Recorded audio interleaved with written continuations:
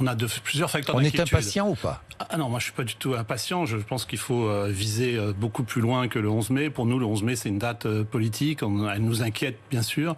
On n'est plus en discussion d'une deuxième vague. On est en discussion de vagues successives. On réfléchit à un modèle qui fait rentrer dans l'hôpital les gens qui ne sont pas Covid et qui ont disparu des écrans radars. Ils sont pas dans les médecines de ville, ils sont pas à l'hôpital. Donc il faut qu'ils rentrent et on sait que les autres sortiront, mais ne sortiront pas tous. Donc on va, contrairement à ce que certains annoncent, on va vivre avec ce coronavirus.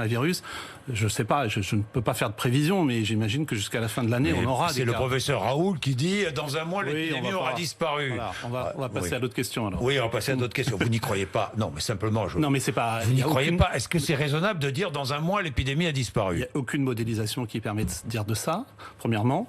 Deuxièmement, il y a quand même des facteurs d'inquiétude sur le déconfinement. On parlera du confinement, parce qu'il faudra dire quand même aux Français qu'on a la preuve, avec le travail de Santé publique France, de l'Institut Pasteur, de l'INSERM, on a la preuve que le confinement, ça marche très bien. Oui. Donc ça veut dire aussi qu'à l'inverse, le déconfinement peut avoir un effet élastique. Vous voyez ce que je veux dire? Oui. On y reviendra si on a le temps. Donc on se méfie de l'effet élastique.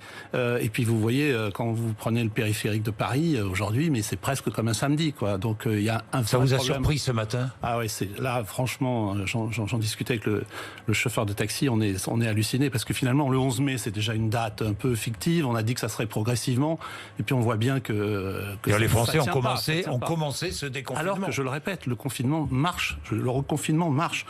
Je vais prendre qu'un seul chiffre. Oui. Avant le début de l'épidémie, vous savez, ce fameux R0, vous savez combien une personne contaminée, on était, il y a le travail de Santé publique France, entre autres, montre, et Pasteur et l'INSERM montrent qu'on était autour de 3,5. C'est-à-dire, en gros, 3 ou 4 personnes étaient contaminées par rapport à une personne. Oui. Le chiffre actuel en France, il est de 0,5. C'est-à-dire qu'en fait, en national, on contrôle par le confinement et puis par les mesures barrières et puis etc. On contrôle l'épidémie. Il y a des régions où ça se contrôle encore mieux. Paradoxalement, peut-être les régions comme le Haut-Rhin qui ont été très touchées contrôlent mieux. En Île-de-France, c'est plus compliqué. Mais vous comprenez bien que on peut très bien faire le scénario à l'inverse. C'est-à-dire que on va déconfiner, les gens vont se déconfiner n'importe comment, vont pas respecter les règles.